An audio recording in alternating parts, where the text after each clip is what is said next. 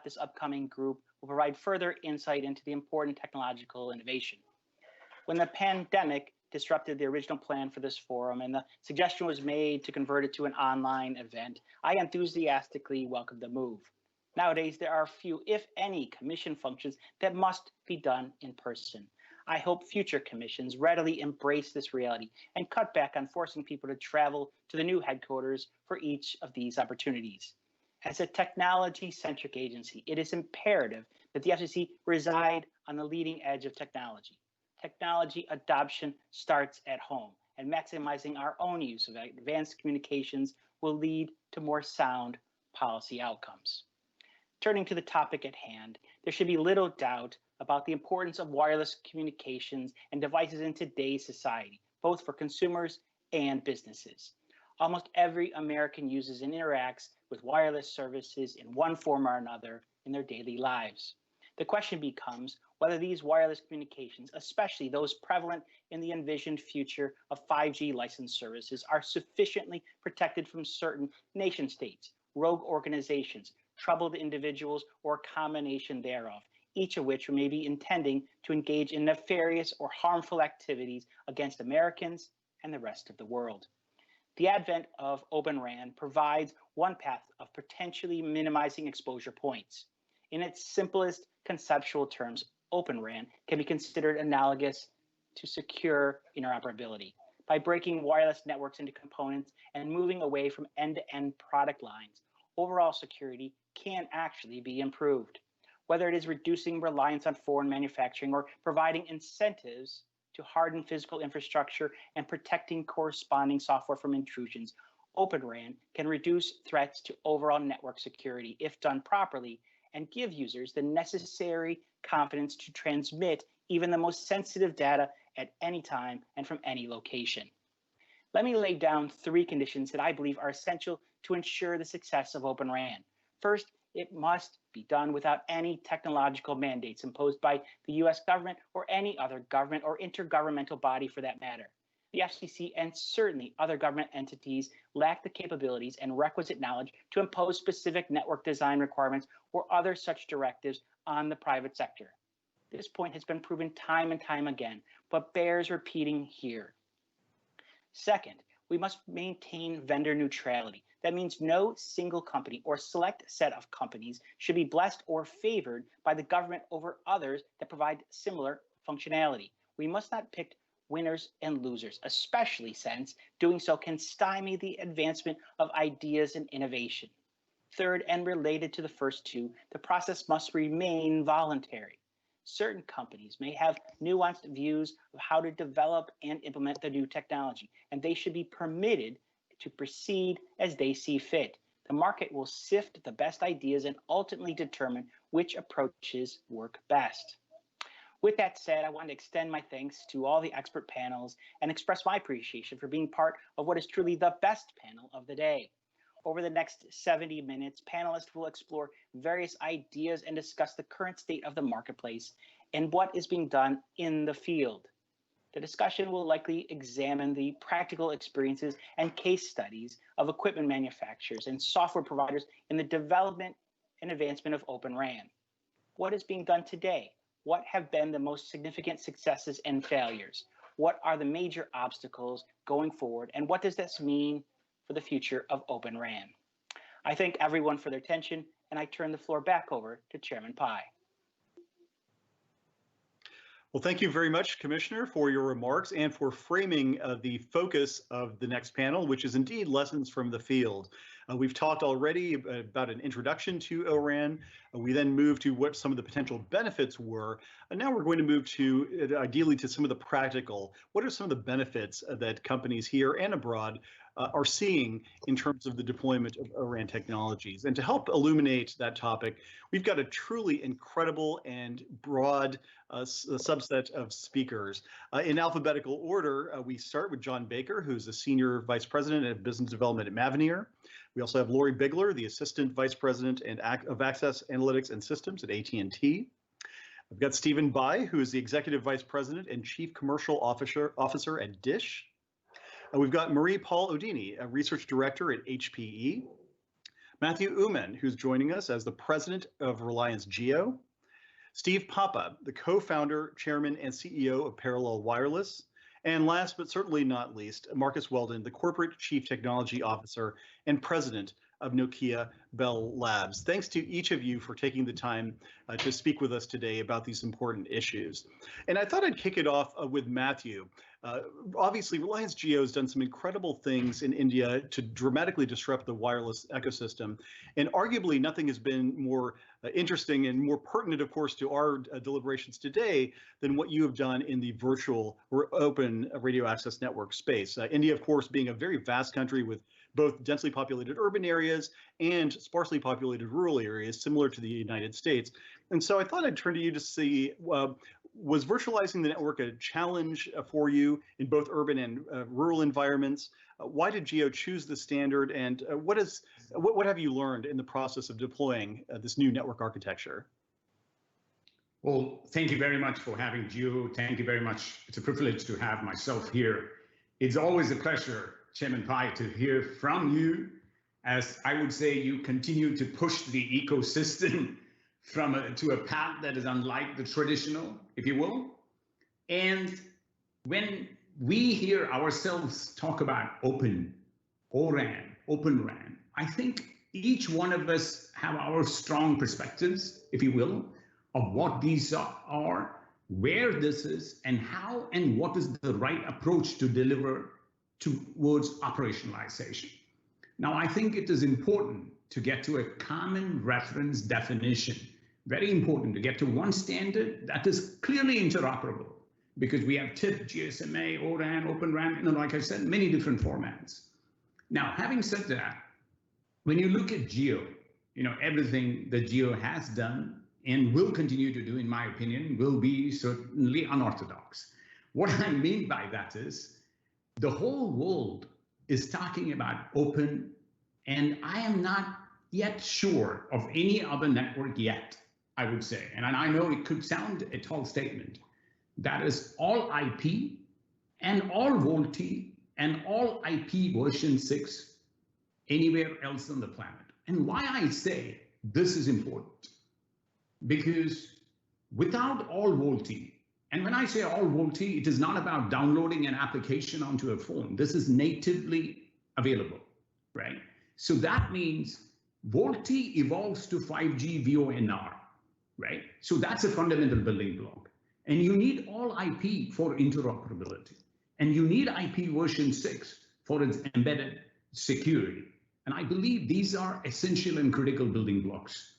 Now, in terms of where we were or where we are in terms of delivering not just the lowest cost per GB or lowest bit per cost for any other LTE network, if you will, from a cost per GB, but we also believe we have the most economically viable GB, because we are delivering it at about 44% EBITDA, which I think is pretty good in the industry.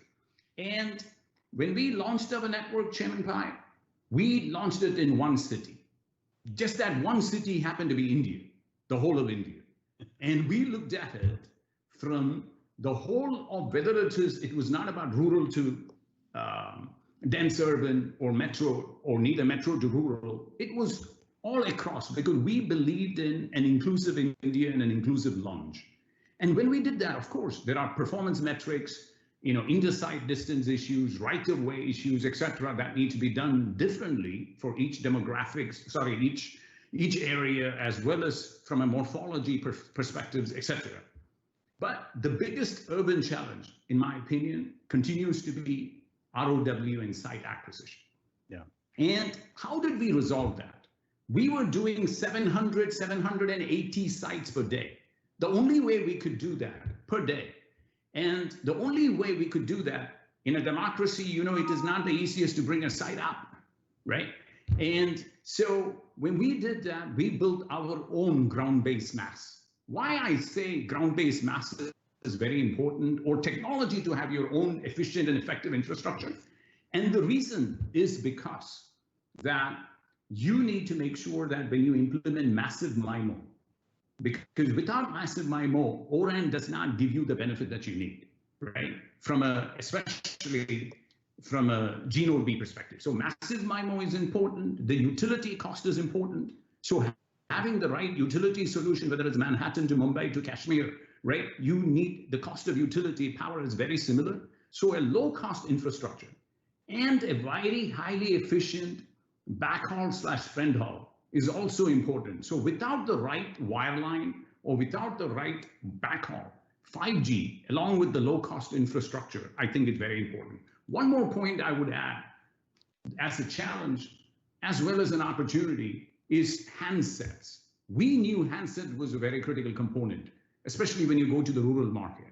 So we solved that problem when the world told us the lowest handset we could get into the market was $84. We came up with a $22 handset, and today it's more than 105 million of that single SKU.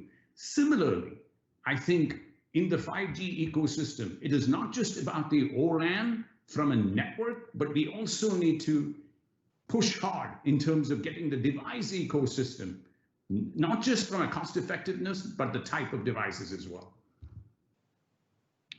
That's terrific. No, thank you for that background and for your vision. Certainly in terms of inclusiveness and reach, that is something that we share here in the United States. And speaking of vision, I thought I would turn to Stephen Bai at Dish. Obviously, Dish has been very involved in the ORAN space up to and leading up to today, and including today, as a matter of fact. And I was wondering if you could speak about how ORAN informs Dish's vision for becoming a wireless competitor in the space, and what lessons learned from building a standalone network have you learned thus far, and do you expect to learn into the future? Yeah, thank you, Chairman Pai, for the opportunity to be part of this forum and your questions. As you know, we're very excited at Dish to now be in the wireless business with the acquisition of Boost. So, we've talked a lot about being in wireless for a while, but now we're in the business. And as you know, we're committed to building a greenfield nationwide network, that's cloud native and 5G, but based on ORAN capabilities. And we're well underway towards meeting that build-out obligation. So, very excited to be here and very excited to be part of this panel. When we look at sort of ORAN and the innovation around ORAN, we think it's important, but it's, really only one step. And I think, from the earlier sessions as well, what's really important is the openness. It's an open ecosystem, which we think, unlocks the potential for US vendors and US technology companies to innovate around an open architecture and open platform. So we think that's really, really important. And I think Commissioner Carr's comments about the analogy to the PC industry is very important. And there's a lot of lessons we can look back on as we look at the opportunity going forward. And for us, it really starts with 5G. 5G is a great platform, and ORAN is part of that. Fortunately, we're in a position where we don't have any legacy. We don't have 3G. We don't have 4G. In fact, we don't even have, sort of antiquated OSS and BSS systems that we're having to sort of retrofit into this architecture. So, we look at this as a tremendous opportunity. And, with ORAN comes virtualization, the disaggregation of the hardware and the software. But really, I think, a lot of things that we see unfolding around sort of cloud native networking are really vital to unlocking the potential that ORAN provides. So to us, ORAN's an important step, but one step. And it's really sort of this cloud native capability in the open environment that really is important.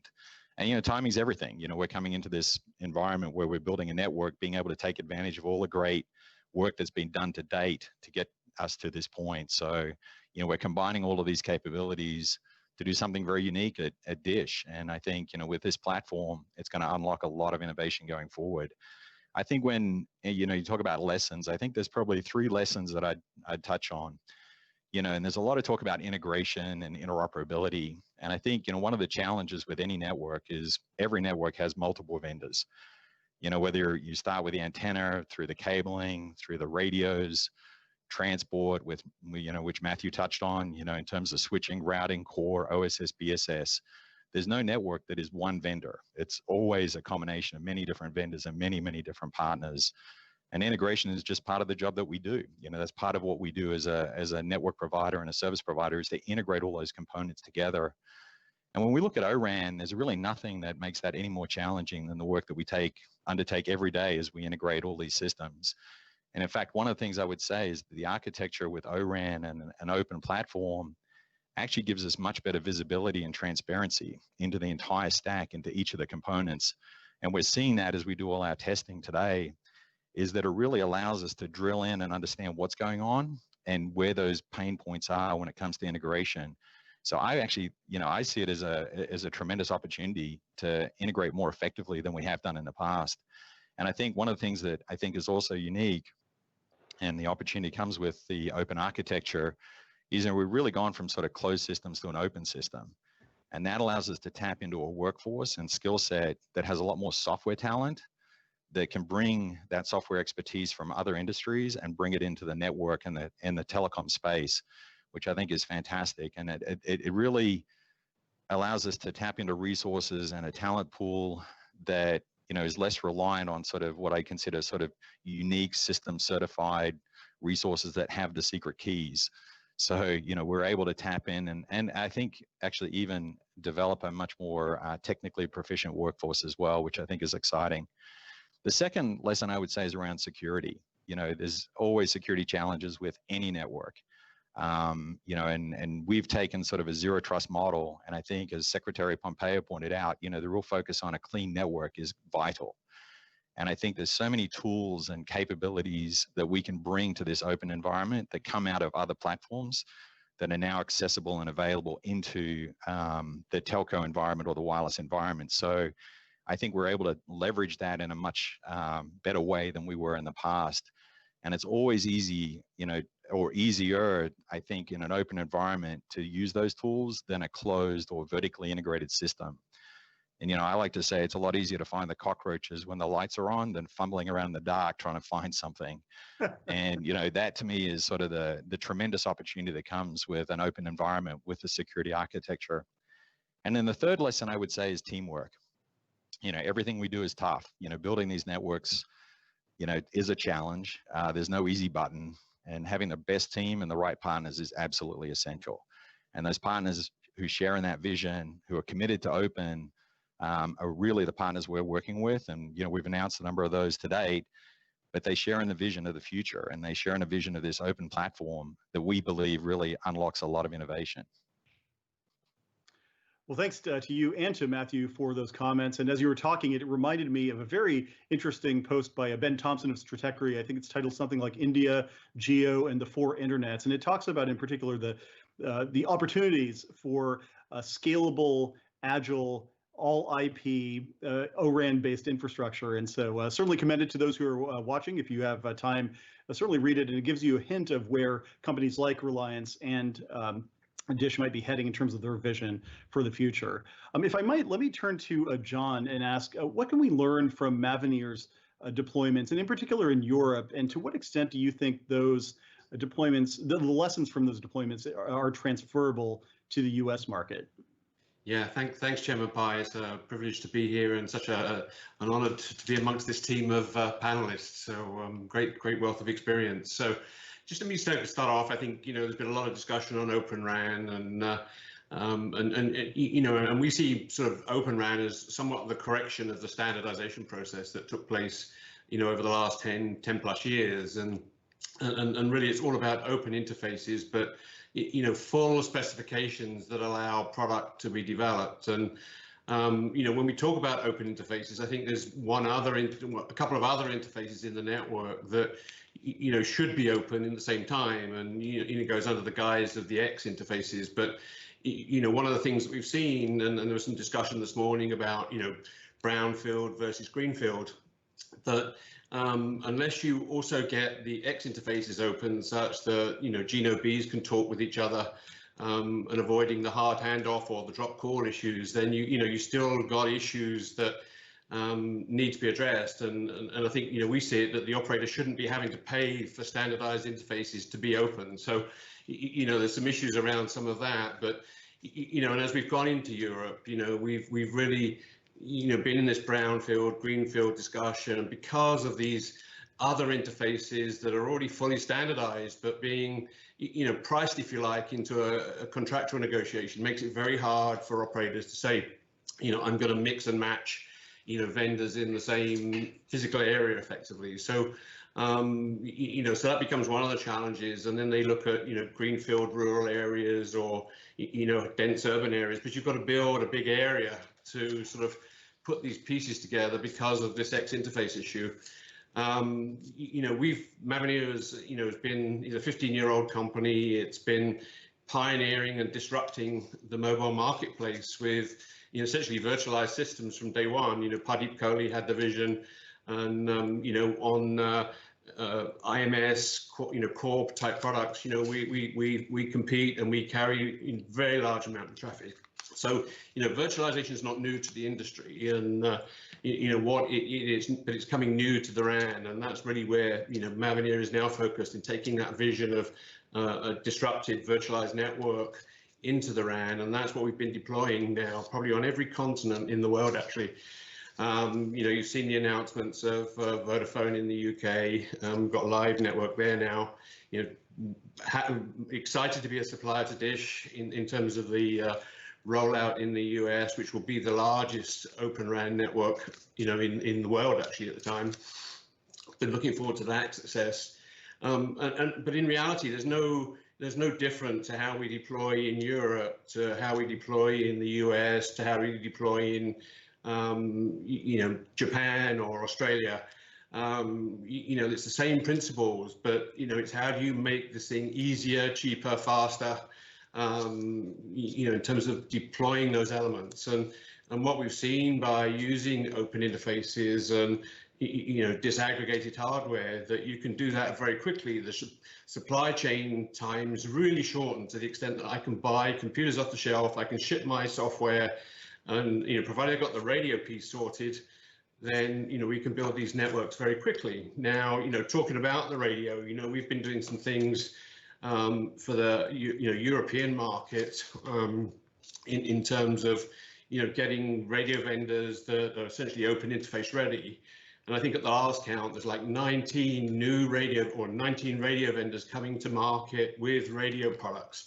Now that's exciting. Openran has suddenly gone from essentially 2 or 4 to 19. So you can see people are really buying into the vision of, I've got a market opportunity, I'm going to invest.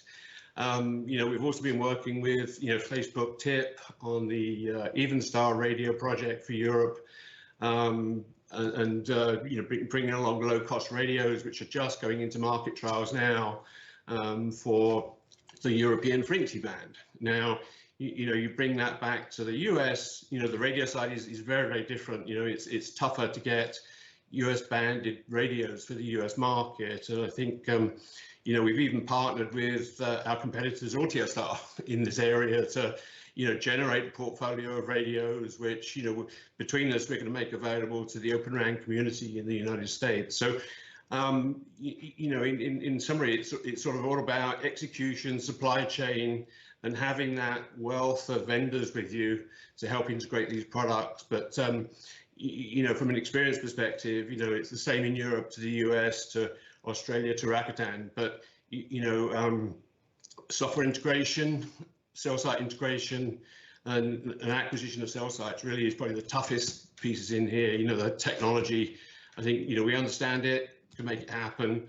But, it's all about the end-to-end process of system integration. Well, terrific. And before I move to the next question for Steve, apologies for those of you who heard a couple of kids in the background. You might say I have my own native open radio access networks here in the house, so you might hear them from time to time.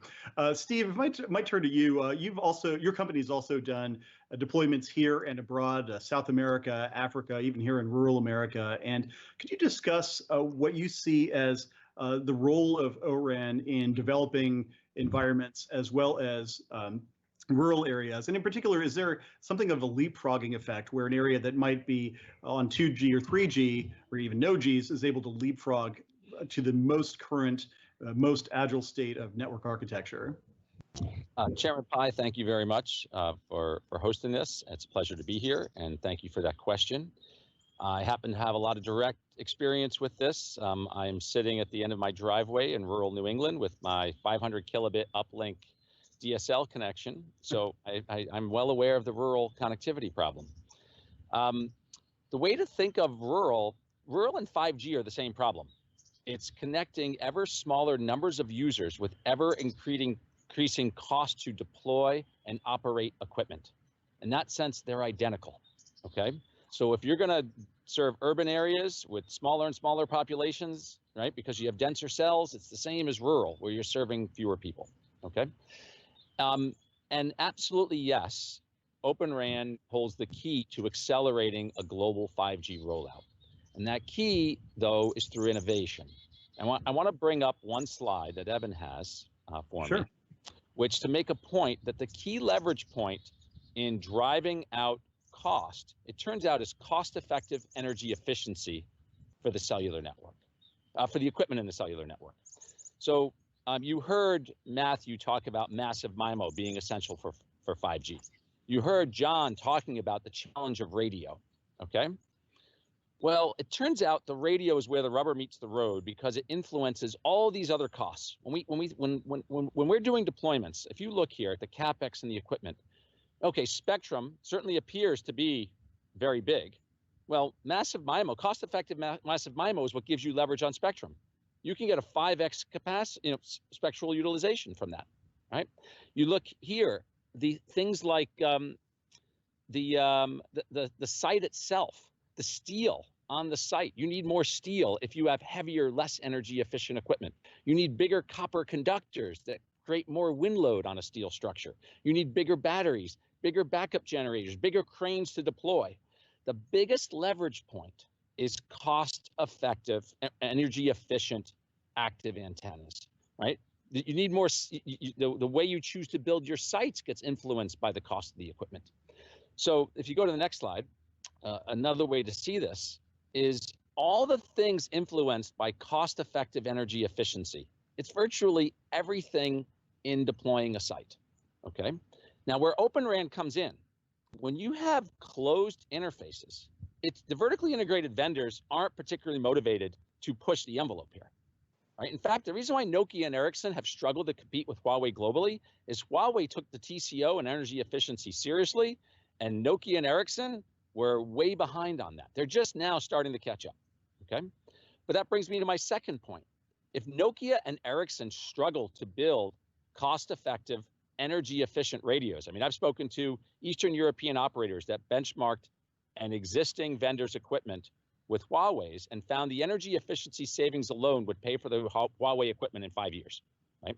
So if the big guys struggle to do that, how can small companies have a shot? Okay, but what's interesting, what's happening is because Openran has opened the interface, the number of innovators out there that see the opportunity to come together in what I would call a virtual Apollo project, right? To how do we double the energy efficiency of this equipment, which fundamentally changes the cost equation, right? Whether it's getting energy to the site, the weight, you name it. That's what I'm seeing going on. That's where the real promise from ORAN is going to deliver a material difference in rural connectivity, developing markets, and where we leapfrog the 5G. I was on the phone with another developing country with their folks planning for 5G. This is a country with one of the most expensive electricity rates in the world. And what I said to them is, unless there is more energy efficiency in this equipment, there is no 5G for you other than a marketing version of 5G where we just change the number from 4 to 5 on your handset and deploy 4x4 MIMO on, the existing spectrum. 5G is active antennas. Matthew said it well. And you don't get that without energy efficiency, especially in markets with low ARPUs and really expensive electric rates. So that's the opportunity, is to have that Apollo project to change the game in radio. Radio is the tail that wags the dog of wireless networks. Thank you.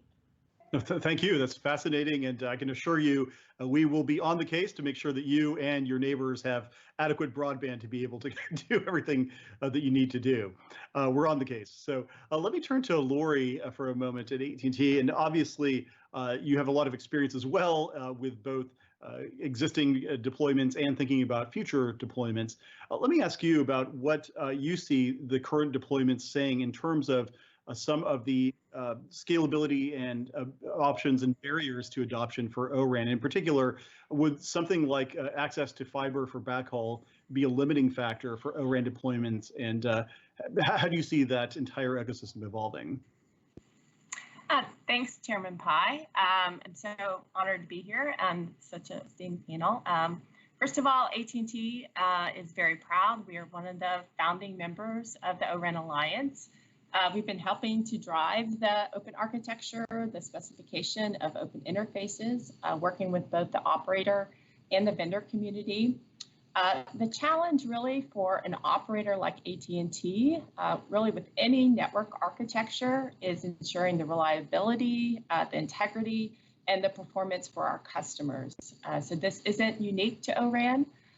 As we introduce ORAN into our network, the key consideration will be whether we can continue to achieve the same level of performance at scale that we have over our current with our current 170 million mobile subscribers and connections. So we are actively working in this direction. ORAN is still developing specifications at this time, and some are further along. Others are still in the early stages of development.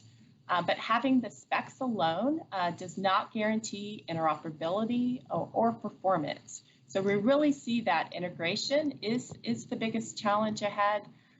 You really don't find the issues or gaps with the specs until you actually try to integrate two vendors' equipment together. So that I think the ORAN ecosystem has recognized that really from the very start. The ORAN specs include both interface specs, but they also include testing and integration specs. And there is a test and integration focus group that provides an overall framework. It also supports ORAN PlugFest, which provides facilities and mechanisms that can encourage and really drive that inner working between the vendors. One interface that we see that's further along in development is the open front haul specification. That's between the radio unit and the baseband. There's just been a tremendous amount of work done on both the open interface spec as well as all the test and integration specs. We've been contributing to that. We've also done some significant, some limited trials of our near real-time RIC controller on our millimeter wave network in New York. We've demonstrated that we can have a RIC working and communicating in a field environment with external applications. But there is considerably more work to do to fully validate those interfaces and to implement them at scale. So we're likely to see a more gradual introduction of Openran into our existing network, and in particular, just depending upon the development around the front haul interface, which is something AT&T has been working towards. Well, terrific. Appreciate those comments. And speaking of vendors, let me turn to Marcus. There have been some who have argued that the development and deployment of ORAN-related technologies might harm the incumbent vendors like Nokia and others. And nonetheless, though, Nokia is on the board of the ORAN Alliance. It has an entire software-related line of business. And of course, you're participating in this ORAN forum. What do you see as the future of ORAN and Nokia's place in that open environment? Thanks, Chairman Pai. And yes, enthusiastically participating. I haven't been dragged here against my will. So no. So let me provide a context. Obviously, Nokia owns Bell Labs, an organization you're well aware of, and probably you could argue the most innovative tech industry pioneer for the last maybe 100 years, certainly in the ICT space of information computing and telecom. So that's a rich history of innovation that we are always looking to leverage. And a fundamental part of that innovative mindset since what was called the consent decree, if you remember, was actually making the intellectual property open and available for everyone to utilize. And so I think we've maintained that for the last 50 years since that separation. And so we fundamentally believe that openness is a key part of innovation.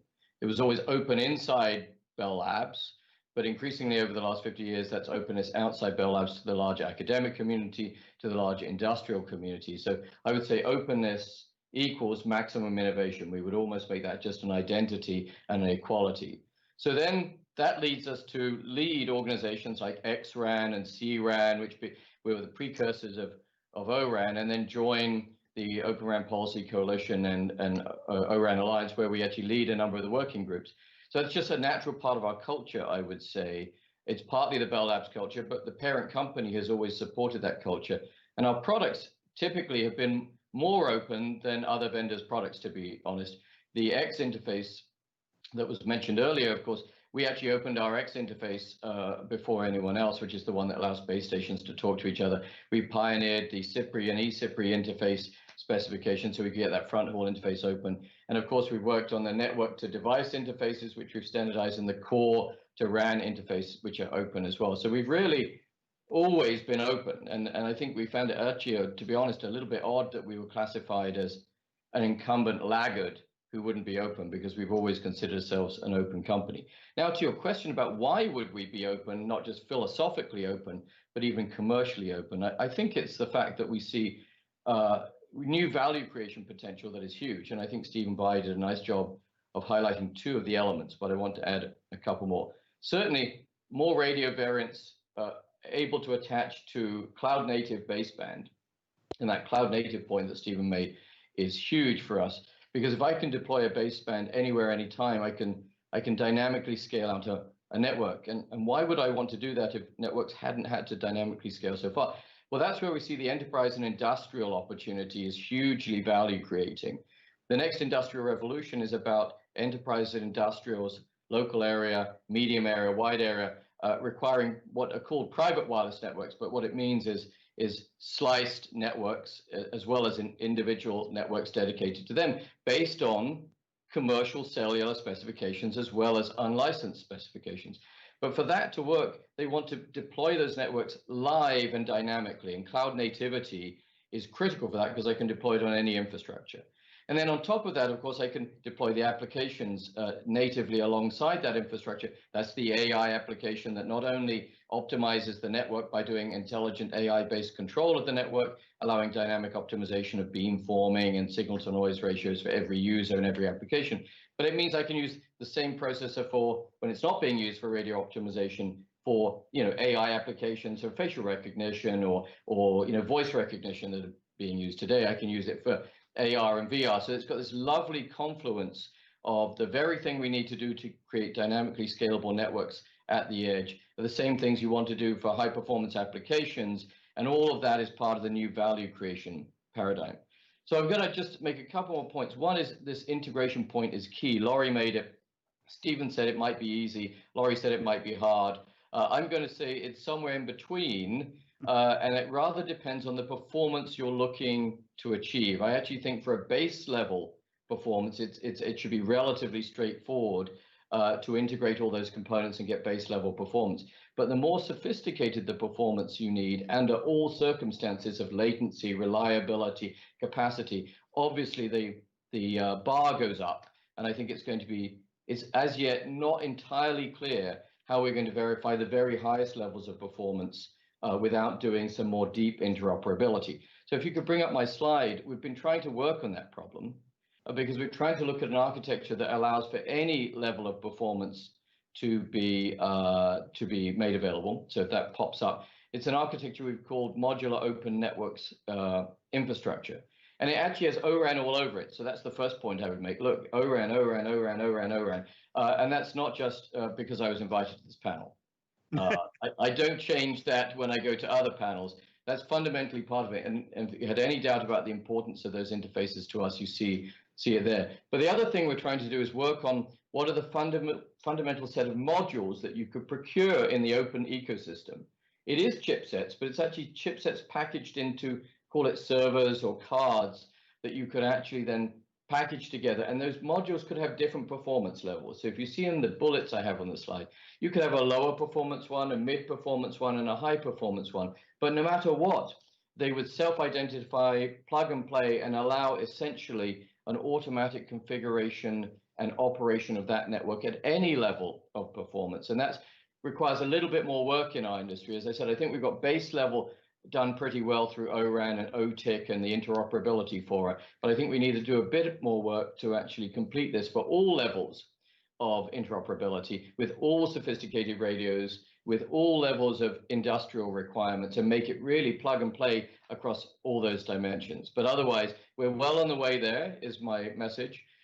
Innovating with the community to get maximum innovation, as I said, through openness. But there's a bit more to be done to get to the highest levels of performance in our view, which is why we're working on that extension of the ORAN architecture towards a more modular, open, variable performance from low to high architecture. So thanks for having me, and it's a great panel so far. Absolutely. No, thank you for those remarks. And I will turn to Marie in a moment, but let me just capture the essence of what Marcus just said with a question to Matthew.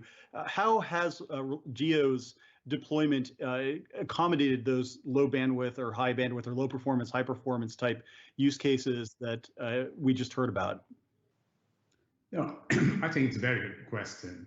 Before I answer that specific question, Chairman Pai, I think what Lori mentioned and what Marcus mentioned, in terms of interoperability, I think it is an extremely important component, because the reality is we need to make all of these interfaces work, correct?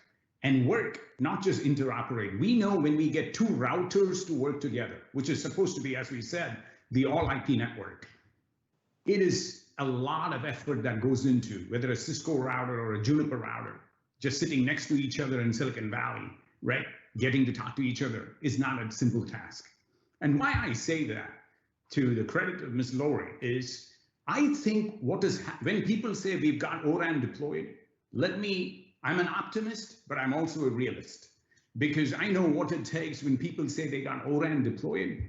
I think what we have is if I use the term BF-RAN, brute force RAN, right? Right? And I say brute force RAN, and Marcus knows this very well. Brute forcing Nokia to integrate with another vendor with no open interfaces, it is called the big hammer that is coming from the vendor in terms of money, right? So that hammer works to go from. So now we have to evolve from what I call as the BF-RAN to the real evolved ORAN, so we can actually get the benefits of security, scalability, and the maturity that the United States inherently has. And the reason why I say, Chairman Pai, I know you've been across the globe a big advocate, not just from a regulatory standpoint, but even with operators. Because if you look at, be it cloud, be it operating system, be it Apple or iOS, be it chipsets, right? Semiconductors, FPGAs, ASICs, which are all fundamental to ORAN, or whether it is AI-based systems and AI-based chipsets, these are all fundamental building blocks to ORAN. So we have the ingredients, but we need to come together on a common framework and standard. In terms of narrowband versus broadband versus very high band and low latency, Chairman Pai, in our network, we have really not got massive machine type communications yet. And the reason is the specifications for MMTC for 5G is not yet there. So when people talk about low band connectivity for IoT, it is predominantly an NB-IoT connection. Otherwise, the type of connectivity that happens in India is predominantly today from 500 kilobits, as Steve Papa said, to anywhere from 500 kilobits to about 10 to 11 megabits. And our intent is through ORAN, i.e. through trusted partner ecosystem, to get that 10 megabits to 100 megabits. And we sincerely believe with the right partnership, we can indeed get there. Terrific. Well, thank you for that. And let me turn to Marie with apologies for making you wait so long, but I do want to ask you, from your vantage point, how do you see the introduction and deployment of ORAN affecting the relationship between the core and the edge of the networks? And if I might pose a second question to you to thank you for your patience, in particular, how do you see this affecting the Internet of Things ecosystem that already is flowering in the current environment? Yeah, thank you, Chairman Pai. I'm also very excited to be part of this great panel, and I'm also very excited to see, the ultimate virtualization of the network with the RAN virtualization, especially since, HP has been, one of the founding members of HCNAV, and we've been pushing for this virtualization for years now. It's been very effective in the core, and now it's getting in the RAN. And in a nutshell, with the RAN virtualization and ORAN, the RAN really becomes a set of virtual network functions, just like the core virtual network functions.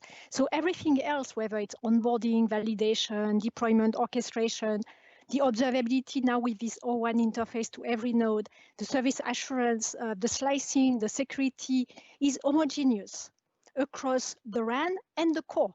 And not just for 5G, but also for 4G, for Wi-Fi, for even enterprise virtual CPE and so on. So we have this vision that was built for 5G to have a common core with heterogeneous access, which is becoming real. Really, having this virtualization across the whole network. And it's not just virtualization, it's also SDN, this software-defined network for the connectivity. So stitching together all these virtual functions in the RAN is being done with SDN, with SD-WAN when it's distant data center. So we really get, this homogeneous way of doing things across, the different parts of the network. And HP, we've been working on these topics, for years now, doing that for 4G, for virtual LTE, for virtual CPE. And now we are doing that for 5G, evolving not just, on hyper-based infrastructure, but also more and more cloud native, container based. It's very much hybrid cloud now, even moving to hyperscalers. And whether it's core network functions or RAN, now it's quite similar, same processes. And in terms of the instances, and you were talking about the edge, it doesn't matter so much, whether you deploy in the core or you deploy in the edge for low latency or certain use cases. Just a matter of placement.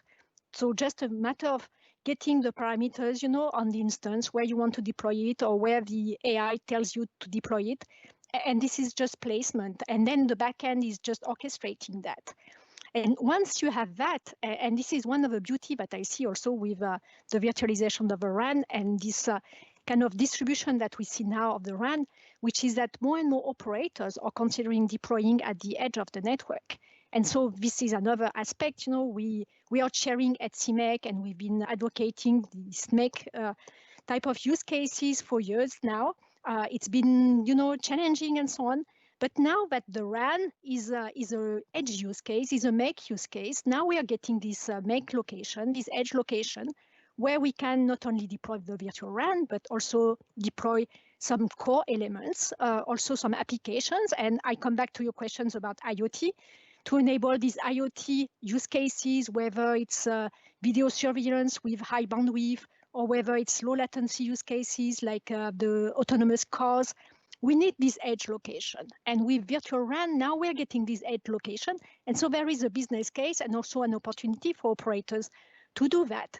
So, all about, virtual RAN and ORAN for, all these capabilities, also the no vendor locking, the no black box, DevOps and CI/CD who can track now all the changes in the network, whether it's core or edge or RAN, authentication, auditing, which is now common across the infrastructure for end-to-end security. And it's even reinforced with some capabilities that we have with HP Secure Root of Trust with some embedded crypto.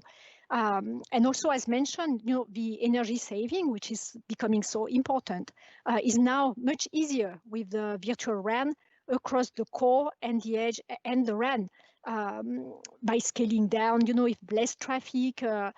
So overall, I would say, this virtualization of a RAN is really a great opportunity. I think it brings lots of flexibility. Everything becomes pure software. So it's much more affordable as well. It also welcomes new entrants. So in terms of, we've talked about, being inclusive, I think, and all the work you've done, Chairman Pai, for that, I think is also very important to really empower, the whole broader community and ecosystem to bring new use cases and to be able to be part of this big 5G, story. But as mentioned also, a few times in the panel, interoperability will be key Just like, it's been key with NFV, we had launched this Open NFV program, to help sort out, interoperability across vendors. And in 5G, definitely with all these microservices and open interfaces and standards, interoperability is definitely key, which is one of the reasons why we have launched this 5G Open Lab in Fort Collins. It's a facility which is open to any vendor and operators and startups and so on. And it's based on a secure hardened data center. And it's really, set up to perform multi-vendor 5G POCs and testing and interface validation and things like that. Well, that's terrific. No, thank you for that description about how you see core, edge, IoT, all of those things. And we really appreciate it. And again, sorry for making you wait so long. If I might turn back to Lori, who has received perhaps the supreme credential of any panelist, which is being repeatedly cited favorably by your co-panelists. Obviously, AT&T has a variety of different technologies embedded in its network, fiber, DSL, wireless. How do you see O-RAN being integrated into a network of the scale and size of that? And if your colleagues from Mavenir as well as Parallel Wireless would care to chime in as well, since you, of course, have experience working with some operators like that, feel free to do so as well. But I'd just be curious to see how you see it playing into the existing network architecture. Right. So AT&T is an integrated broadband connectivity provider. So we provide connectivity via fiber, DSL, and wireless. We strive to have an integrated network with seamless connectivity. So O-RAN is really the architecture supporting our 5G wireless service in it. And we view that it allows us to open up the interfaces between the various components in the radio access network and really shift to a more modular network with different components and software sourced from different suppliers. So we think 5G is really the perfect time to start thinking about openness to help foster innovation in the ecosystem. 5G brings new capabilities. We talked about new spectrum, the beamforming, the massive MIMO, the higher speed broadband connections, and also talked about the edge and all the new enterprise services at the edge. So with these open interfaces, suppliers can really take advantage of the capabilities like the AI, like the machine learning, and can bring those to help really customize the network, to really enhance the network via closed loop type automation. So we're really excited about all of the opportunities that O-RAN can open up. Terrific.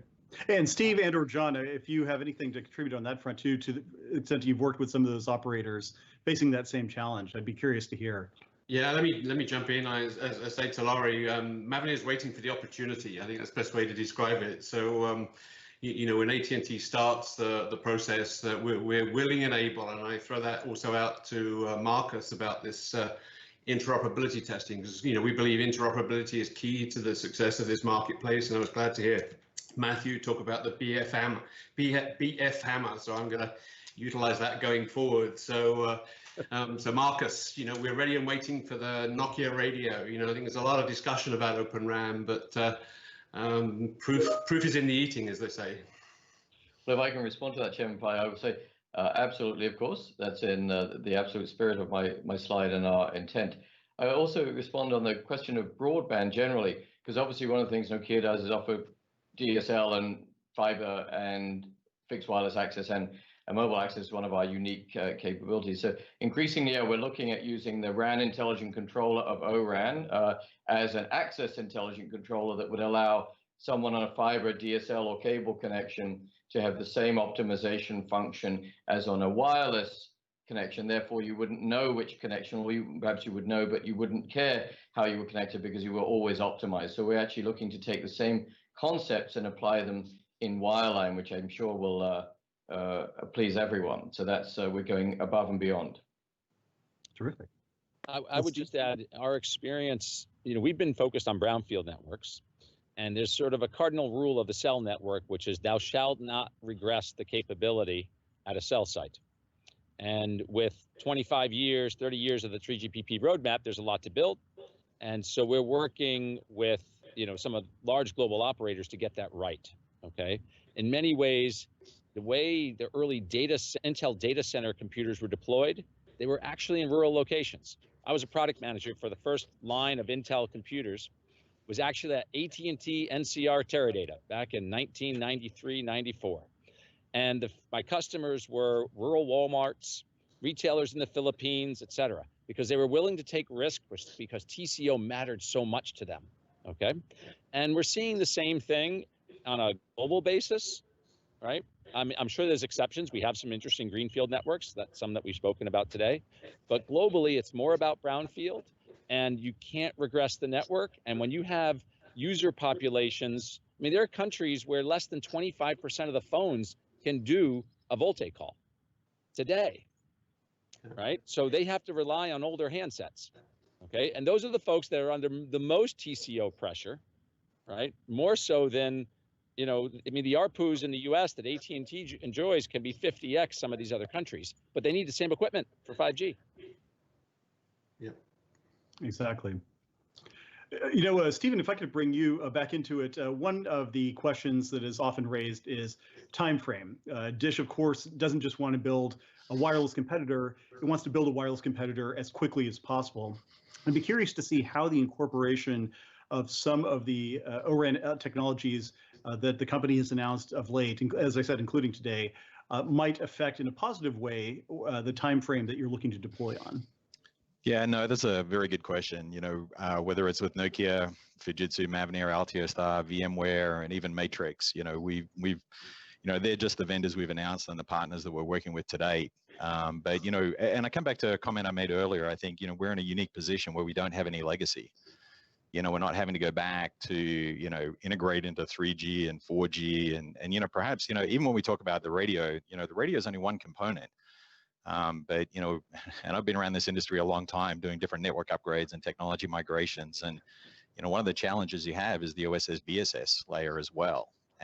It's not just the radio piece. And so for us, you know, we're not encumbered by that. And we have a great platform on which to, you know, sort of build our network. And it's an enviable position, frankly. And we see the technology at the state where it is today that is mature enough for us to build and to build it at scale. And so, you know, it's fantastic where we are, and it's a credit to the whole industry to get us to this point.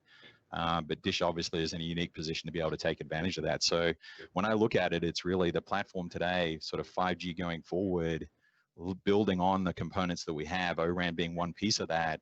But, you know, the cloud native infrastructure, you know, the development of OSS and BSS systems today is way ahead of where it was, you know, 5 to 10 years ago. And so, you know, we're in a position to really actually, you know, accelerate the deployment of this technology. And I think it'll help the whole ecosystem, you know, with what we're doing. I think it will bring the whole ecosystem along and allow other people to take advantage of that, whether it be in the developing world or other developed countries. And just to, you know, probably add some color to this, you know, I think it is really challenging for an incumbent operator, you know, to actually embrace any new technology. You saw that with 2G to 3G, 3G to 4G, and now you're seeing with 4G to 5G. It's really, really hard. It takes a lot of courage to take on that technology migration when you've got so many customers on that network that are dependent on a legacy technology and legacy systems. So, you know, fortunately, we're in a great position, in a very unique position to really accelerate this build out and create a platform that really is going to unlock an enormous amount of innovation for a lot of US companies. If I may, Chairman, just to build on that from a vendor standpoint, one of the issues the legacy vendors had, if you want to call them that, is the number of features we have to carry forward, to Stephen's point. And that's actually what takes a lot of R&D, is carrying features forward. So if there's a perception of less innovation, I would argue we're at least equal in innovation, but a lot of R&D budget, because people talk about billions of R&D we spend, but a lot of it is carrying features forward. And so that's where some of that complexity and that spend comes from. And of course, that disadvantage is the inability of a new entrant to carry those features. It makes perfect sense, but we have to. So we end up with this conundrum of we have to do the new thing as well as carry the old thing forward. And that's, of course, makes some sense. And the new entrant can start from a new perspective, but gets the disadvantage of not being able to carry the legacy forward. So I think it's not really that sort of incumbents are bad and new entrants are good. It's really, we're coming at it from different spaces and trying to converge upon a common architecture. And I think ORAN is helping us do that, to Stephen's point. Terrific. One of the things, this might seem like an off-the-wall question, but it occurs to me, given that the title of this panel is Lessons from the Field, I think of my own visits to the field, and I've heard everywhere from the Delta in Mississippi to a dusty village outside of New Delhi, India, that one of the challenges that operators have found is the workforce, that there aren't as many trained crews that are able or willing to build these towers, to maintain them, to attach antennas and the like. And I'd just be curious for anybody on the panel, how do you see Openran, its deployment and operation as affecting the need for a physical workforce? Obviously, it's going to drive economies of scale. Does it also ameliorate the gaps that we see in terms of a workforce that is able to do the work in the field? We need to standardize an antenna mount that a drone can go up, pick up the active antenna, bring it to the ground, and bring it back down. Great suggestion. No, I think Openran, really does open up the door for job creation. Not only in the field, but also, in the operators themselves. I think we've seen the de-skilling of operators over time as they've shed the load to the incumbents. But in reality, Openran is sort of bringing back the opportunity for operators to compete on a feature by feature, product by product basis. That if we do the job right, mobile networks of the future will look like the internet. And so to the extent that the operators can develop features themselves, launch features themselves, try things out, shouldn't be needing all these big suppliers effectively to produce some of these competitive elements. And I think you're seeing, certainly seeing in other parts of the world now, they're recruiting engineers to take on the ORAN type principles, as I call it, or the Openran principles of, open interfaces and interoperability, but also the technical people that actually can get their arms around it. And also the other side of it, once you get these open interfaces in there and some of the features that are there in 5G, you can get into true network slicing in a sense. Well, I've got one radio, but I've got 3 operators that are using it, and Mavini has been involved in some of these neutral host type trials in the UK, for instance, where you've got one base station and potentially 3 or 4 operators wanting to use it. So I think in some respect it may even lessen the capital needs in the field. And the operators become more true software vendors or software operators, if you like. But that's a sort of a vision a little way down the road. But I think once we get the supply chains working, some of that's going to naturally happen. That actually hits it. So in terms of in terms of technology, I mean, it's a revolution, I would say. In the past, the RAN was really complex and so on. I mean, now we've built a cloud native 5G core. And so this technology, I mean, anybody can write, a microservice. Now it's so easy. I mean, it's IT type of course, then you need to add a bit the all end-to-end and multi-vendor and so on. But technology-wise, I mean, we have moved away from proprietary protocols to HTTP2. And I mean, this is really IT and internet technologies. And there's lots of open source as well. So I think it really opens up to these new entrants and, any developers out there in the world, actually. Yeah, if I may, I think there's 2 ends to this. One, we still need people to climb towers and, to install equipment and maintain the equipment of these remote sites. But I think, with the capability that ORAN and really cloud native and virtualization, in addition to, sort of ORAN enable, is the ability to open up an environment to allow for more innovation. And innovation is not geographically constrained, so that somebody has a great idea, can really develop some capabilities that we can deploy in a network in a way that we weren't able to in the past. And I think, at one end of the spectrum, we can unlock that and allow people to develop software that can really enhance the network in a way that wasn't possible before or very difficult for us to integrate. But on the other end, we still need people that, are actually physically connecting cables, that are physically having to maintain that equipment, because somebody's got to replace that when something breaks. So we see the need at both ends of that spectrum, and clearly going to take advantage of the build that we're doing to help, stimulate that growth. Just real quick statement, Chairman Pai, just to add to what Stephen and Steve Piper said.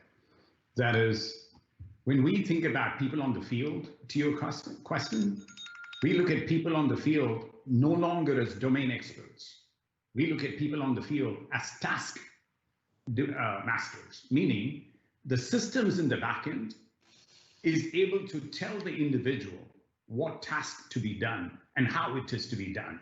Because you don't need a very big expert on 5G, Openran, because we can't have PhDs across the world, right, in geography. So that's one big thing that we've done. The other thing that I would add is ORAN, Openran today is only one small component. There is the infrastructure that Steve Papa talked about, but there is also the IP layer, the transport layer, the systems layer. So there's a lot of work to be done for us to become the true web scale, IT-centric entity that we need to all evolve to. Well said, Matthew. Yep. You know, we have about 5 minutes left, and so I don't want to monopolize all of the time with questions posed to each of you, but is there anything that we haven't had a chance to discuss yet that a member of the panel would like to amplify on, or a new issue that she or he might care to discuss? Yeah, I'd like to just follow up on this open versus open discussion. It was earlier today, and I think Marcus alluded to a little bit of it, that there's a mention that standards are open. Well, in reality, the devil's in the detail. And clearly we've got to make sure that open specifications are full product specifications. They're not frameworks that can allow proprietariness to further creep back into some of the networks we've got. So, I think that's an important issue going forward. I also think, that, and this sounds like operators may need an excuse, but in reality, some of the operators feel, are sitting on the fence in terms of where Openran is really going to go. And, if they make a decision to go one way, they lose support in the other. So, in a sense, they're looking for somebody to point to and say, well, it wasn't my decision. It was Chairman Pai's decision. It was. So I'm used to that. Yeah. So I think some of that is going to be necessary in motivating operators to move forward with the concept of open disaggregated networks. Yeah, one comment I'd add, Chairman Pai, is to applaud the FCC and your actions over the last few years to bring more spectrum to the market, to encourage the discussion around ORAN and the adoption of this capability as we go forward. So I think you and your fellow commissioners have done a terrific job of advancing the agenda for the US economy. So I think I speak on behalf of the other panelists on that as well. Yeah. Well done. Well, thanks so much. No, it's been a slog, of course, on both the licensed and unlicensed bands, but I do think at the end of the day, our hope is that we will, to the maximum extent possible, remove spectrum supply as a constraint on some of the network innovation that companies like all of yours have been able to pioneer. So we hope that the future is bright in that regard. The one component that I'm sure you would have touched on other areas, but here too is not just the supply chain diversity or the supply chain security, but I would also say the supply chain superiority.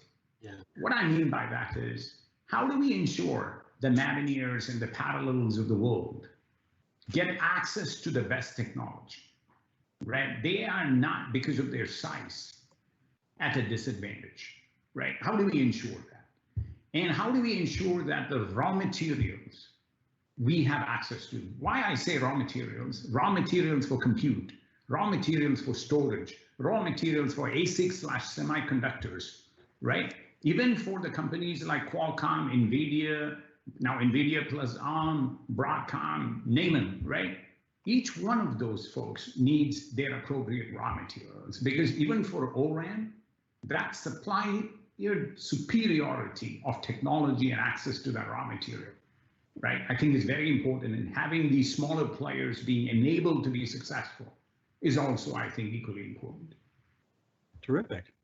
Yeah, I agree with that. I mean, this is one of the reasons why we have launched this 5G Open Lab, to really welcome, different vendors to, put some equipment in the lab and then welcome some of these, other players to be able to, test with these environments. So, I welcome all of you to actually, contact me and join this initiative. And also, I think I would like to emphasize the fact that 5G is great, it's deploying and so on, lots of radio, and we have this, emphasis on O-RAN and the RAN. But the brain of the network is the core. So we need the 5G core to deploy to really have the beauty of the end-to-end 5G capabilities, including the slicing and the end-to-end security and so on. And the only thing I would add, I think, Chairman Pai, is I think what you have done expertly and together with some of your colleagues in the US government is the idea that incumbent vendors are not bad, right? That incumbent vendors that embrace open should be encouraged as part of that ecosystem, because a massive scale 5G network will require a large amount of incumbent vendor deployment as well as new entrant deployment. So that hybrid, and that it's not one or the other, it's both, I think is actually a very good message and a positive message that vendors like us like to hear, as opposed to being painted as the legacy laggard, which I don't think is correct. So I think that's been very valuable. Yeah, Openran is all inclusive, so it's not doesn't favor one to the other. Well, to those who are viewing, I promise you, I did not set up the resolution of this panel on such a positive, uplifting note, but I will express my gratitude to Marcus and John for enabling us to get there. I want to thank all of our panelists for taking time out of their busy days to share this expertise. Obviously, there's much more that we could discuss, but I think we've gotten a tremendous amount of feedback on some of the positive developments in the field. And so in that regard, I want to thank each of our panelists, John and Lori, Marcus, Stephen, Steve, Marie, Paul, let's see, Matthew, and anybody else I might have left off inadvertently for convening today. And look forward to continuing the conversation. This is obviously not the end of all the lessons that we need to learn. There's much more to come. And I look forward to being a participant with all of you as we get into this new generation of wireless infrastructure together. So thanks to everybody, and we will now take a very short break until the convening of our technical panel, which will be led by our August Chief Technology Officer, Manisha Ghosh. So thanks everybody again. We'll see you soon in the virtual and hopefully physical worlds sometime soon. Thank you.